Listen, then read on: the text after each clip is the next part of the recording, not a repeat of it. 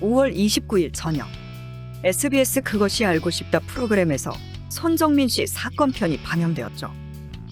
방송에서는 여러 목격자들을 만나고 당시 현장에 가서 재연을 해보기도 하고 또한 여러 전문가들의 의견을 수집하고 그동안 언론에 공개되지 않았던 A씨 가족과의 인터뷰를 하는 등 꽤나 힘을 준 방송이었는데요. 그런데 뭔가 많이 준비한 것 같아 보이는 방송치고는 사실 허점이 너무 많았죠.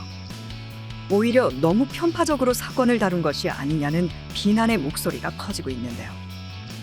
논란이 되는 사건을 집중조사해서 감춰진 사실들을 파헤쳐주는 방송으로 시청자들의 큰 사랑을 받아오고 있는 그것이 알고 싶다. 이번에는 시청자들이 진짜 알고 싶었던 게 무엇인지 조금은 잘못 파악한 게 아닌가 하는데요.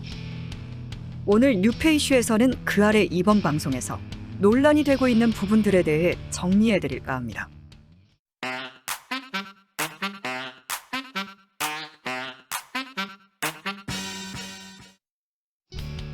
첫째, 타임라인. 그 아래서는 당시 사건을 타임라인 순으로 재현하여 보여주었는데요. 타임라인을 보다 보면 뭔가 이상하죠. 새벽 4시 25분에는 친구 A씨가 걸어서 돌아다니고 있는데 4시 27분에는 갑자기 잠을 자고 있습니다. 그러다 4시 30분에는 다시 걸어다니고 있죠. 게다가 4시 25분에 친구 A씨의 동선을 보여주는 영상에서는 갑자기 순간이동을 하는데 타임라인은 그대로 흘러가고 있죠.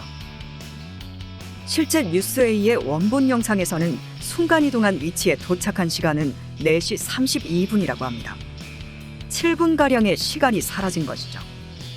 이후 A씨는 택시를 타고 집으로 향했는데요.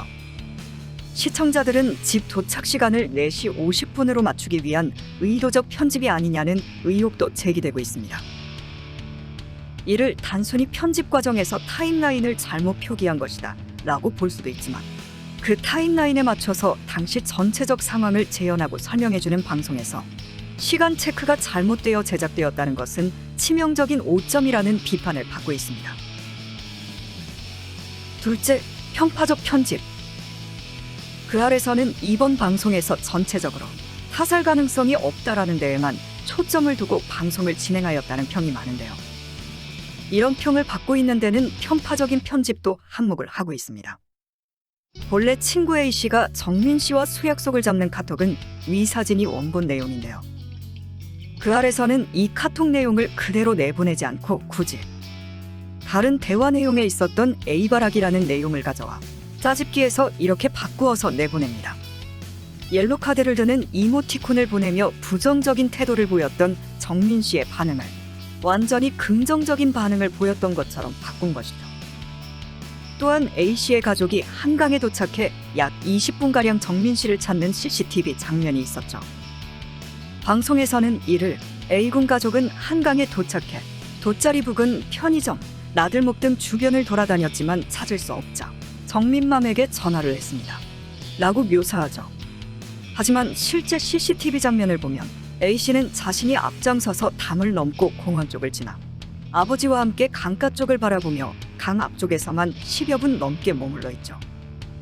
객관적인 입장에서 이 CCTV 장면을 본다면 강가 쪽을 10분 넘는 시간 동안 바라보았다라는 사실이 분명 더 부각될 만한 내용인데요. 하지만 방송에서는 이를 그저 열심히 주변을 돌아다니며 찾고 다녔다라고만 방송을 한 거죠. 게다가 어제는 손정민 씨 아버지가 그 아래 나온 A씨의 가족이라고 나온 사람은 사실 A씨의 아버지가 아니라고 밝혔습니다. 방송을 본 시청자라면 누구라도 A씨의 아버지라고 생각하게끔 방송이 되었는데 말이죠.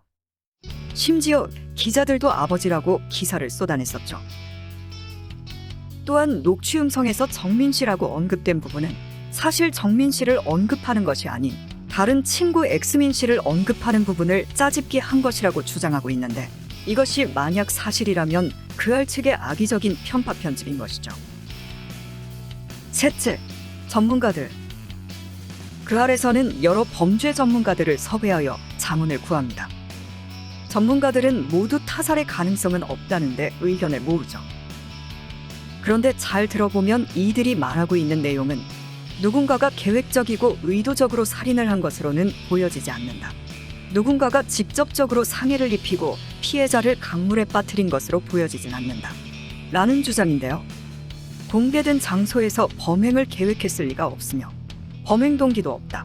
또한 직접적으로 범행을 자행했다는 증거가 없다. 라는 것이죠. 전문가분들답게 합리적이고 이성적인 의견을 낸 것으로 보여집니다. 하지만 질문을 좀 바꾸어 보면 어떨까요? 즉, 이 사건을 누군가 의도적으로 계획하여 직접 살인을 벌였나요? 라고 물어본다면 전문가들의 의견처럼 그건 아닙니다. 라는 자문이 나오는 것은 합당해 보입니다. 하지만 만약 질문을 조금 고쳐서 이 사건에 누군가가 우발적으로 동기를 갖게 되어 충동적으로 개입해서 간접적으로 영향을 미쳤을 가능성이 있나요?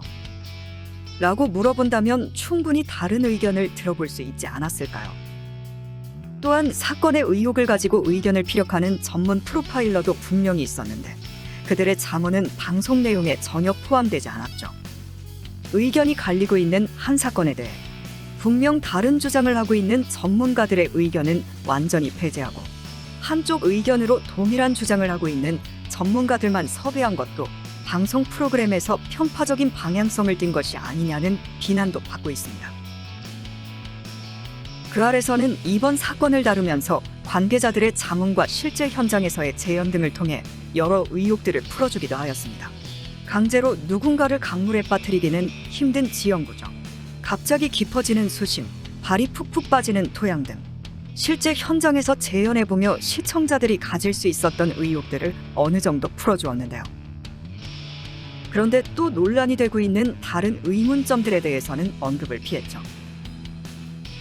어떤 논란을 선택하여 다루었는가에 있어서 이번에는 그것이 알고 싶다가 아닌 그것만 알고 싶다가 아니었는가 하는 시청자들의 비난을 받고 있습니다.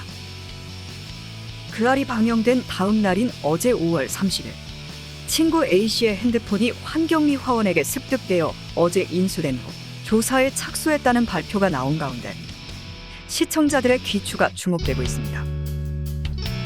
지금까지 뉴페이슈였습니다. 시청해주셔서 감사합니다.